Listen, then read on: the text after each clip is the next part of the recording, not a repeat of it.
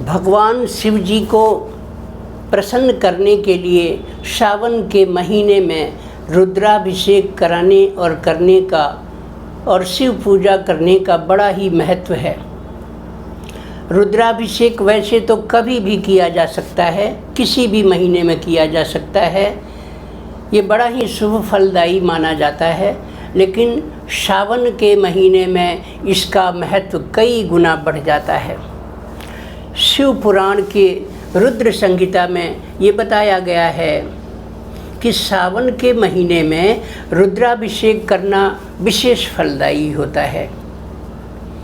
रुद्राभिषेक में भगवान शिव जी का पवित्र स्नान कराकर उनका पूजन करना, अर्चना करना, ये सनातन धर्म में सबसे प्रभावशाली पूजा मानी जाती है और जिसका प्रभाव तत्काल प्राप्त होता है। सदियों से करते आ रहे हैं, हिंदू धर्म के अंदर इनकी बड़ी आस्था है। इस क्रिया से भगवान शिव शीघ्र प्रसन्न होकर अपने भक्तों के दुखों को नष्ट करते हैं, सुख शांति और समृद्धि प्रदान करते हैं। सावन माह में रुद्राभिषेक पूजा कराने से जातक की कुंडली में मौजूद विभिन्न ग्रह दोष शांत हो जाते हैं, वास्तु दोष में भी कमी आ जाती है। रुद्राभिषेक की पूजा प्रशिक्षित लोगों से ही करानी चाहिए। ये महीना मनोकामना, आकांक्षाओं का और मनोवांछित फल की पूर्ति का विशेष शुभ महीना होता है। रुद्राभिषेक की पूजा से जीवन के नकारात्मक हालात भी बदल जाते हैं। आइए जानें रुद्राभिषेक के कुछ शुभ फल। घर, भूमि इत्यादि कुछ खरीदना चाहते हैं तो इसका योग बन जाता है रुद्राभिषेक करने से, और संपत्ति की भी प्राप्ति होती है। शत्रुओं की समस्या अगर चल रही है तो वो समाप्त हो जाती है। समाज में मान सम्मान की प्राप्ति होती है और दुखों का अंत हो जाता है। लक्ष्मी का वास घर में सदैव बना रहता है। बहुत अगर कोई हारी बीमारी, रोग से ग्रस्त हैं परिवार के मेंबर्स, वो बारंबारता भी समाप्त हो जाती है। किन तिथियों में कर सकते हैं रुद्राभिषेक, आइए जानें। रुद्राभिषेक आप सावन में किसी भी सोमवार, प्रदोष व्रत और शिवरात्रि पर बिना किसी विचार के कर सकते हैं। हर महीने के शुक्ल पक्ष की द्वितीया तिथि, पंचमी तिथि, षष्ठी, नवमी, द्वादशी तथा त्रयोदशी तिथि शुभ मानी जाती है और कृष्ण पक्ष की प्रतिपदा, चतुर्थी, पंचमी, अष्टमी, एकादशी, द्वादशी और अमावस्या तिथियां रुद्राभिषेक के लिए मंगलकारी प्रभावों वाला माना जाता है। क्योंकि देवों के देव महादेव ब्रह्मांड में हमेशा विचरण करते रहते हैं। महादेव कभी माँ गौरी के साथ होते हैं तो कभी कैलाश पर्वत पर विराजते हैं। तो रुद्राभिषेक तभी करना चाहिए जब शिव जी का निवास शुभ फलदायी हो, मंगलकारी हो। रुद्राभिषेक के समय भगवान शिव का वास या तो कैलाश पर्वत पर हो, या गौरी माता के साथ हो, या नंदी जी के साथ हो। सभा, भोजन, क्रीड़ा, शमशान आदि में कहीं भी ये सब हो सकता है। वैसे इनमें से जो कैलाश पर्वत पर वास, गौरी और नंदी के साथ में वास, ये शुभ माना जाता है। जबकि सभा में हों, भोजन कर रहे हों, क्रीड़ा में हों, शमशान में हों, ऐसे समय रुद्राभिषेक करना अशुभ माना जाता है। आइए विचार करें कि शिव का वास कब कहाँ रहता है। कैसे जानें कि शिव का वास इस समय कहाँ है। इसी तरह से अगर कैलाश पर्वत पर भी हो तो सुख शांति मिलती है, गौरी के साथ हो तो सुख मिलता है, सुख समृद्धि की प्राप्ति होती है, नंदी के साथ हो तो अभिष्ट मनोकामना की सिद्धि होती है, मनचाही इच्छाओं की पूर्ति होती है।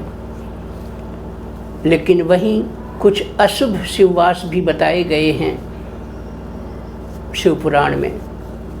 जैसे अगर शिव का वास सभा में हो और आप रुद्राभिषेक करने जा रहे हों तो संताप या कष्ट होता है।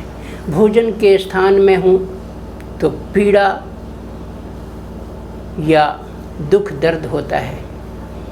क्रीड़ा कर रहे हूँ तो उस समय रुद्राभिषेक करने से कष्ट होता है।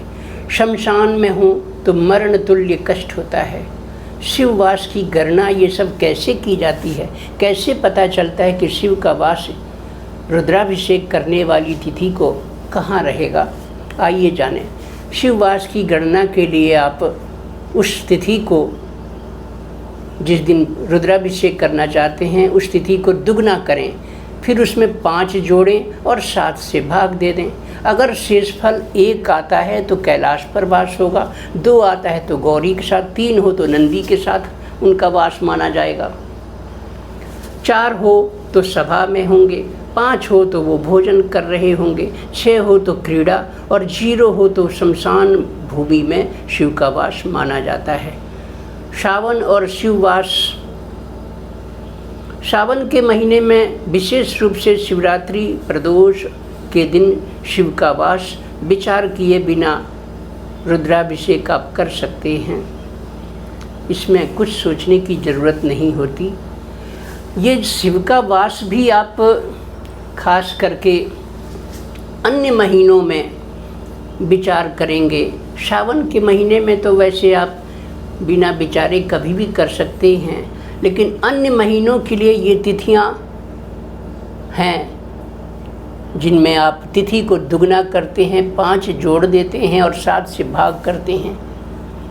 तब जो शेषफल प्राप्त होता है, उस शेषफल से आप बताई गई विधि से जान पाएंगे कि शिव का वास शुभ स्थानों पर है या अशुभ स्थानों पर है। इसके जानकारी के बाद आप प्रेम से, श्रद्धा से भरकर परिवार के सदस्यों के साथ, भाई बंधुओं के साथ रुद्राभिषेक करा सकते हैं या घर पर कर सकते हैं। अगर इस रुद्राभिषेक में आप पाठ की बात करें तो रुद्राष्टाध्यायी से रुद्राभिषेक करने का प्रावधान है, अन्यथा आप शिव के सहस्त्र नाम भी बोलते हुए रुद्राभिषेक कर सकते हैं। जल में थोड़ा गंगा जल मिला लें, गऊ का दुग्ध मिला लें या गन्ने का रस, उससे स्नान कराएं। श्रृंगी होती है, श्रृंगी में पानी भर भर कर या वो अभिषेक का लिक्विड पदार्थ भर भर कर और आप शिवलिंग पर अर्पण कर सकते हैं। परिवार के अन्य सदस्य आपके जनेऊ को, धागे को, अंगोछे को पकड़े रह सकते हैं, तो ऐसा होगा जैसे कि वो सब शिव रुद्राभिषेक ही कर रहे हैं। सावन के महीने में ज़रूरी नहीं है कि आपको ये सब विधियाँ, गुणा भाग करना, रुद्राष्टाध्यायी का पाठ करना आता ही होगा। हो सकता है नहीं आता हो या उच्चारण में कठिनाई होती हो, अब क्या करें? आप सिंपल जल से रुद्राभिषेक कर सकते हैं। गंगा जल उसमें मिलाकर बड़े बर्तन में शिवलिंग को किसी कटोरी बर्तन में गहरे पात्र में रखकर, उल्टा रखकर उस पर शिव जी को रखकर और लगातार धार गिराते रहें। आप रुद्राष्टाध्यायी के सिर्फ द्वितीय अध्याय से भी रुद्राभिषेक कर सकते हैं और पंचम अध्याय से भी कर सकते हैं या अष्टम अध्याय से भी कर सकते हैं, या वो उच्चारण अगर आपको कठिन लगता है तो बिना रुद्राष्टाध्यायी के भी आप शिव के 108 नामों को ही बोलते हुए उच्चारण करते हुए रुद्राभिषेक को संपन्न कर सकते हैं। सावन के इन 30 दिनों में यदि आप नित्य प्रति पंचाक्षरी मंत्र, शिव के पंचाक्षरी मंत्र का बहुत ध्यान से मगन होकर उच्चारण करते रहें, मानसिक जप करते रहें, मेंटली कोई शब्द का उच्चारण करके उसका जाप नहीं किया जाता। मंत्र वही है जो मन में किया जाए, उच्चारण किसी को सुनाई न दे।